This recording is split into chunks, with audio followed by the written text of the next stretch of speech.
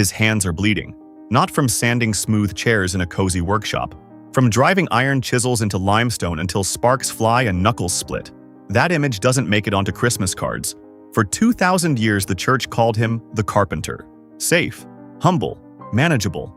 But archaeologists have now found what is almost certainly his actual childhood home, carved into a hillside, and what's inside rewrites everything. 22 facts. 1 man, 0 of them taught in Sunday school. The year is around 20 AD.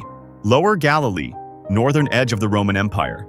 A village of maybe 400 people pressed against a limestone ridge, and somewhere inside it, a boy is growing up whose life looked nothing like the version you were handed. 1. The village nobody mentioned.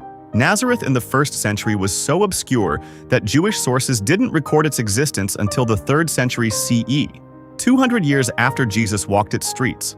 Archaeologist Ken Dark spent 18 years excavating the area and found a settlement of roughly 400 people carved into limestone hillsides in Lower Galilee. No Roman record, no Jewish chronicle, and what Dark found beneath the surface suggested this forgotten hamlet was anything but forgettable. 2. The fault line. 4 miles north of Nazareth sat Sepphoris, a gleaming cosmopolitan Roman city, a 90-minute walk, and the two communities shared almost nothing. Dark's surveys, recording artifacts across plowed fields, revealed every object used around Nazareth was Jewish-made, not one Roman import, not one. Dark wrote, "This may represent the most clear-cut example of resistance to Roman imperial culture found anywhere in the entire empire." Jesus didn't grow up near Rome. He grew up against it. 3. The mistranslation that rewrote the image. Here is the word tekton. It appears in Mark 6:3 and Matthew 13:55, and for 2,000 years translators rendered it carpenter. Safe, simple, but tekton in classical Greek meant builder, a craftsman working stone, wood, or metal. The Cambridge Greek lexicon lists skilled worker in other materials as valid. The carpenter translation wasn't necessarily wrong. It was a choice, and choices shape images for millennia. 4. The stone reality. Here is what 1st century Galilee looked like. Stone everywhere and wood almost nowhere. Dark's excavations found 9 out of 10 building projects used stone as the primary material. Timber was scarce and expensive. Houses, synagogues, cisterns, all limestone. A tekton in Nazareth spent his days cutting, shaping, and laying rock. Jesus of Nazareth, son of a builder, was almost certainly a stonemason. The workshop wasn't pine-scented, it smelled like rock dust and iron. 5. The tools passed down. A tekton's toolkit wasn't whittling knives. It was iron chisels, heavy mallets, plumb lines, bow drills, instruments for grinding limestone with precision. These tools were so valuable they were treated as family heirlooms, passed from father to son. Not gifts, inheritance, identity, livelihood. When the Gospels say Joseph was a tekton and Jesus followed the trade, they're describing a dynasty built around hard iron tools and harder stone, a craft inheritance carried until the ministry began. 6. The house archaeology found.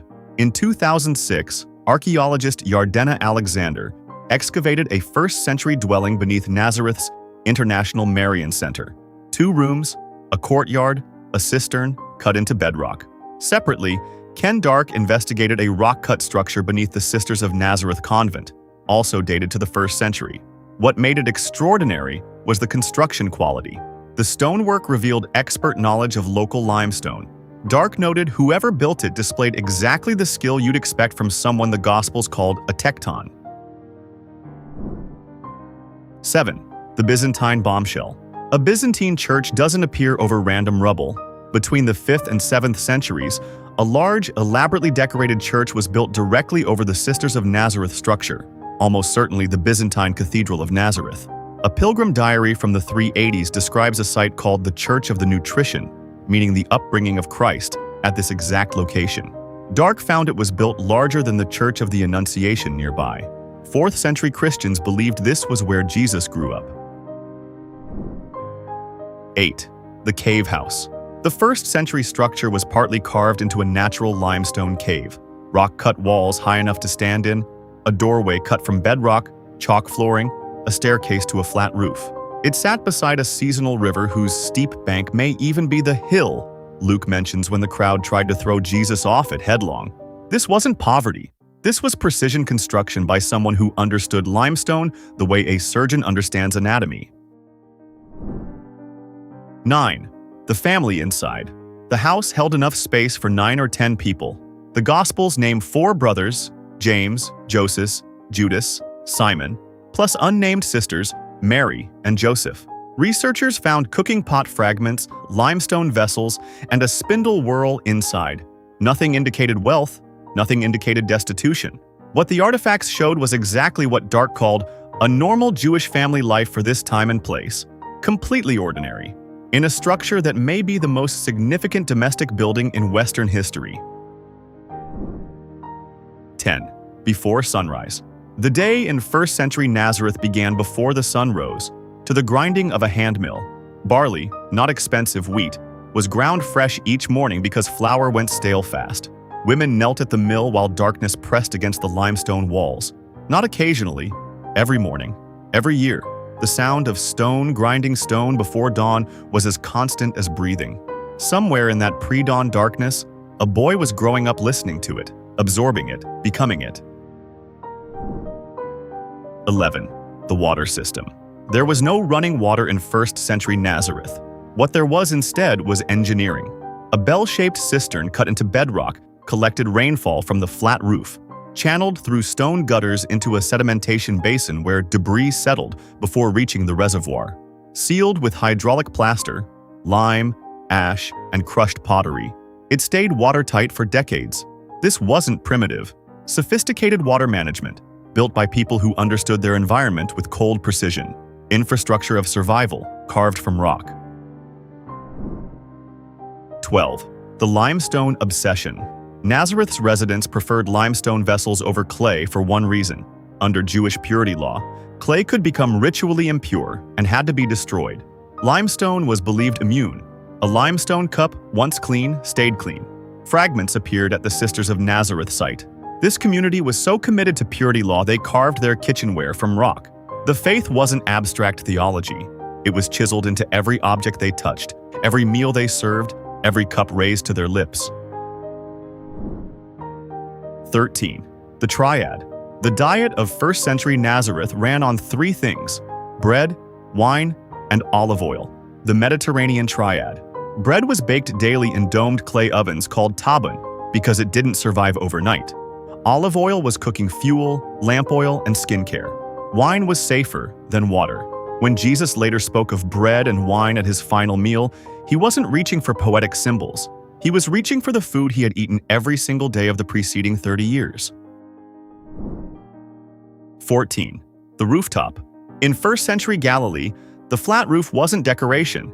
It was a living space. People slept there in summer, dried grain in autumn, worked there in daylight. The evidence suggests the rooftop was also the primary location for private prayer. Solitary, daily, woven into household rhythm. When Jesus later withdrew to isolated places to pray, scholars note this was already wired into him from Nazareth. The roof wasn't above the house. In every meaningful sense, the roof was the house. 15. The translation gap every Sabbath. Every week the Torah was read in Hebrew, a language most Galileans no longer fully understood. Immediately afterward, a second reading followed in Aramaic, the actual vernacular of the region. This practice, called Targum, meant every Sabbath the community lived inside a translation gap. Sacred text in one language, daily life in another. Jesus grew up bilingual in that fracture. When he quoted Hebrew scripture in Aramaic, he was doing what his village had trained him to do since childhood. 16. The Sepphoris myth demolished. Some scholars propose Jesus worked in Sepphoris and absorbed Greek philosophy from the city 4 miles away. Dark's surveys destroyed this. The evidence shows a sharp, deliberate boundary between Nazareth and everything Sepphoris represented. No Roman-style objects, no imports, no exchange. Dark found no close connection between the 2 settlements. The Jesus shaped by Nazareth was not browsing Greek philosophy nearby. He was being formed by the hardest, most insular version of Second Temple Judaism in the region. 17. The Jerusalem connection. Israeli archaeologists have argued that material culture appearing in Galilee just before Jesus' era so closely matches Jerusalem that significant migration from Judea must have occurred. The strict Judaism of Nazareth, the limestone vessel culture, the fierce insularity all match Judean patterns, not local Galilean ones. Mary and Joseph may have had deep southern roots. Those roots, transplanted 4 miles from the most Romanized city in Galilee, shaped everything that followed. 18. The calloused hands theology. If Jesus spent 30 years driving chisels into rock under a Galilean sun, his hands weren't soft when he began preaching. They were wrecked, calloused, scarred. The incarnation, the idea that the divine became fully human, isn't a philosophical proposition. It's a man with rock dust in his lungs and split knuckles pressing bread into his palm at the Last Supper. The divinity walked in a body that showed every hour of labor it had ever performed. 19. The stone metaphors are not accidents. When Jesus spoke of building a house on rock versus sand, he wasn't being poetic. When he called himself the cornerstone rejected by builders, when Paul described believers as living stones built into a spiritual house, none of these were random choices.